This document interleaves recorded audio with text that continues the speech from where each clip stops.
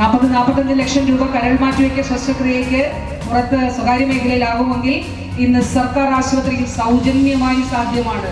2022 മുതലാണ് നമ്മൾ ആരംഭിച്ചത്.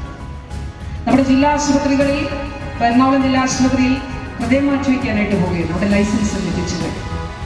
വലിയ വില കൂടിയ ചികിത്സകൾ സർക്കാർ ആശുപത്രികളിൽ ഏറ്റവും മികച്ച നിലയിൽ നൽകുന്നു. അതുകൊണ്ട് സ്വാഭാവികമായി നമ്മൾ കൂടുതൽ ആളുകൾ സർക്കാർ ആശുപത്രിയിലേക്ക് എത്തുന്നു. മറ്റു പലയിടത്തും ഒപികൾ കുറയുന്നു.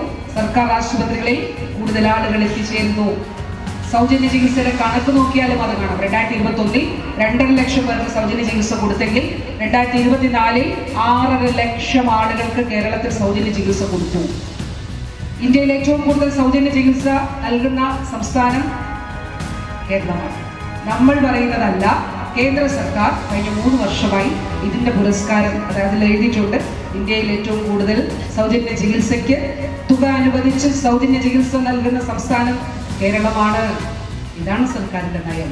രോഗത്തിന്റെ മുന്നിൽ ഒരാൾ നിസ്സഹായരായി പോകാൻ പാടില്ല.